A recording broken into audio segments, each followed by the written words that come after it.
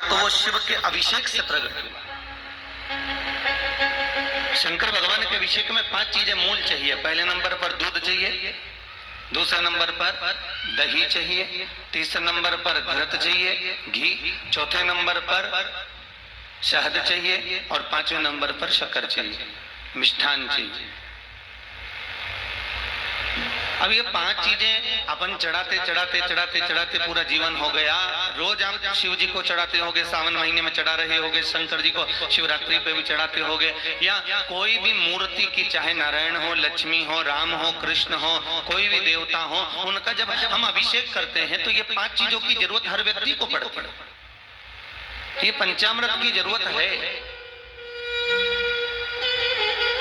पर ये पंचामृत आखिर हम क्यों समर्पित करते हैं? इसकी जगह हम गन्ने का रस समर्पित कर दें, हम कोई मौसम्बी का जूस समर्पित कर दें, हम कोई फल का रस भगवान का अभिषेक कर दें, हम कोई जल से भगवान का अभिषेक कर दें, हम कोई नई वस्तु से शिव जी का अभिषेक कर दें, हम कोई नई वस्तु को सिद्ध कर कर भगवान का अभिषेक कर दें, हम कोई नए रस से भगवान का अभिषेक कर दें, हम आम के जूस से भगवान का अभिषेक कर दें। पर ये भले तुम कुछ भी समर्पित कर दो, चाहे तुम गन्ने का रस दो, चाहे तुम मौसम्बी का रस दो, चाहे तुम कुछ भी दो, पर उसमें जो मूल तत्व है वो ये 5 चीजें, ये पंचामृत है। पहले नंबर पर क्या? जम के बोलो, दूध।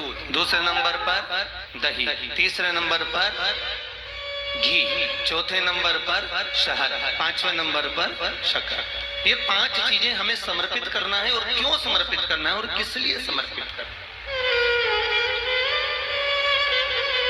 हम शिव को ये चीजें क्यों दें? हम नारायण के पूजन में ये 5 चीजें क्यों लेकर जाएं? हम राम के पूजन में ये 5 चीजें क्यों लेकर जाएं? हम कृष्ण के पूजन में, हम अभिषेक में ये 5 चीजें क्यों लेकर जाएं? उसकी मूलता है पहले नंबर पर दूध। भगवान शंकर को जब हम दूध समर्पित करते हैं तो हमारे घर का वंश बढ़ता है। क्या बढ़ता है? वंश। जब हम शिव को दूध समर्पित कर रहे हैं, पंचामृत की वस्तुओं में हम जब दूध समर्पण कर रहे हैं, हम अभिषेक में अगर नारायण का अभिषेक कर रहे हैं, लक्ष्मी का अभिषेक कर रहे हैं, राम का अभिषेक कर रहे हैं, शिव का अभिषेक कर रहे हैं, शंकर का अभिषेक कर रहे हैं, या हम किसी भी देव का अभिषेक कर रहे हैं, उसमें दुग्ध मूल है। क्योंकि दूध जब हम समर्पित करते हैं तो ये हमारे वंश की वृद्धि करने वाला, वंश बढ़ाने वाला, ये हमारा वंश बढ़ा रहा है। दूसरे नंबर पर दही।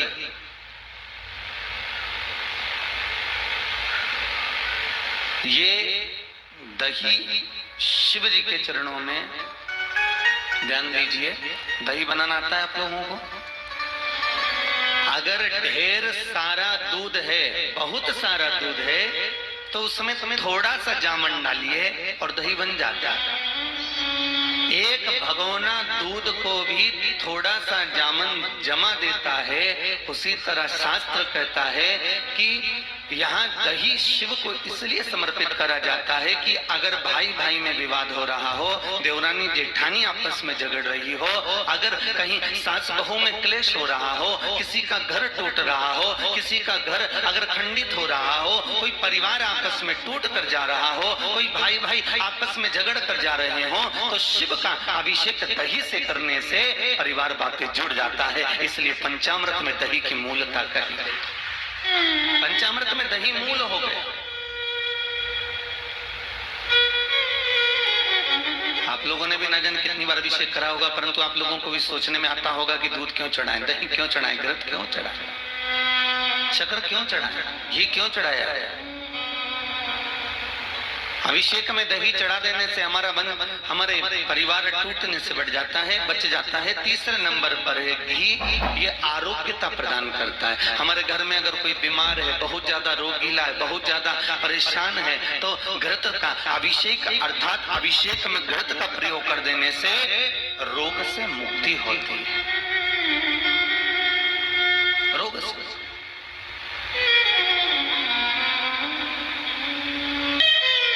मेरे शिव देने वाले, औघड़ी जटाजूट बांधने वाला स्वयं शिव विश्वास है।